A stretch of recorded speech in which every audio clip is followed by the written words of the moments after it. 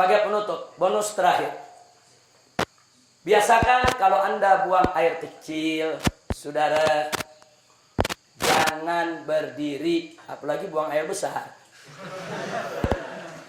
Buang air besar berdiri sih kelewatan, saudara. Saya cerita buang air kecil. Kenapa saya cerita buang air kecil? Karena sekarang ini saya lihat sampai-sampai di masjid-masjid kadang-kadang tempat kencingnya juga disediakan yang berdiri, saudara. Nggak pantas. Apalagi ini di negeri Islam. Ini Indonesia ini mayoritas umat Islam. Mestinya tempat-tempat buang air kecil itu, saudara, disediakan ruang-ruang supaya orang bisa buang air kecil dalam posisi jongkok. Perhatikan cara jongkoknya. Perhatikan cara jongkoknya. Perhatikan, sengaja ini saya tarik biar kelihatan kakinya. Perhatikan cara jongkoknya. Jadi kalau kita baca kitab Kifayatul Akhyar sampai cara jongkok diajarin. Sudah. Nah, cara jongkoknya itu perhatikan. Jadi ini kiri ini kaki. Jadi kita punya paha, ini pantat kita, ini diri di atas kaki kiri. Ini tegakkan. Begini cara buang air kecil. Seperti ini.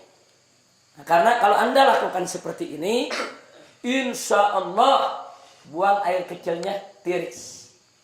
Kita jauh dari penyakit silisil bol.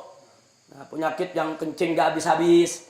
Sebab kalau Anda tidak tiris, ya perasaan kalau kita jongkok aja biasa, kencing, selesai. Saudara, nah begitu selesai, kita ambil wudhu dan lain sebagainya. Tanpa terasa, kadang-kadang air kencing masih keluar. Ngetesnya gampang. Cara ngetesnya, Anda kencing jongkok biasa. Nah, setelah jongkok biasa selesai, Anda cebok, istinja, Anda keringkan, Anda taruh kapas.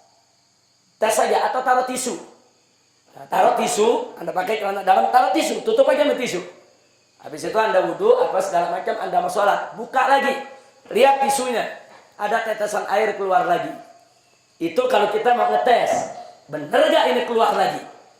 Jadi kalau orang yang buang air kecilnya tidak tiris, akan keluar lagi. Nah, maka itu supaya tidak keluar lagi, perhatikan, ini seperti ini akan tiris. Seperti ini. Nah, setelah seperti ini buang air kecil, kita bungkukan sedikit. Nah, kita bungkukan sedikit. Nah, boleh sekali-sekali kalau masih berasa ada, kita tukar posisi. Nah, sekarang kita di kanan, kiri yang tegak. Tapi ini bukan posisi utama, bukan. Posisi utama yang tadi. Posisi utama yang tadi. Ini cuma untuk menggoyang kita punya kantung kencing. Supaya kantung kencing kita ini kegoyang.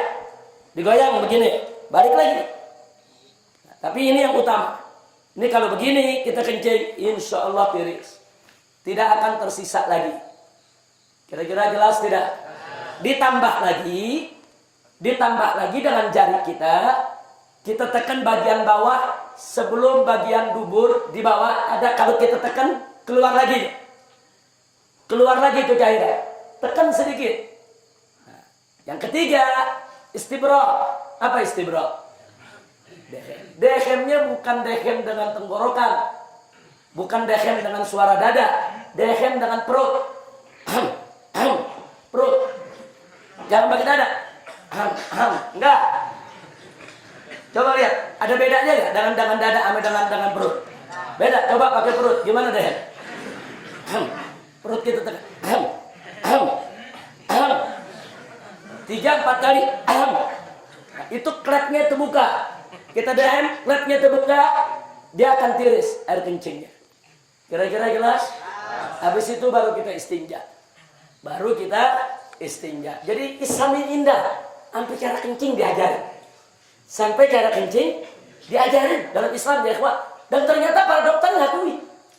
Para dokter itu mengakui ternyata betul memang posisi itu membuat bukan hanya kantung kencing, membuat ginjal kita di posisi yang benar untuk membuang daripada air seninya.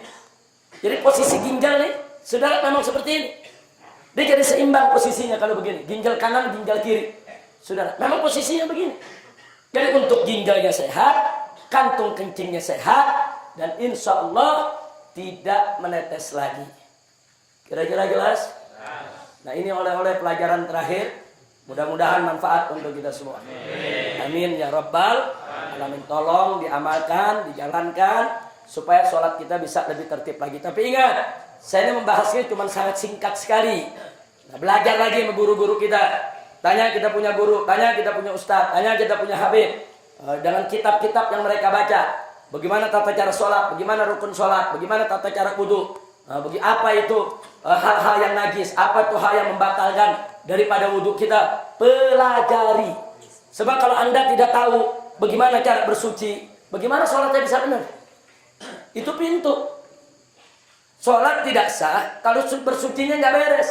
Pelajari dulu bagaimana cara bersuci, bagaimana cara sholat. Jangan sampai kita tidak tahu. Sampai di sini jelas? Alhamdulillahirabbil alamin. Saya pikir cukup.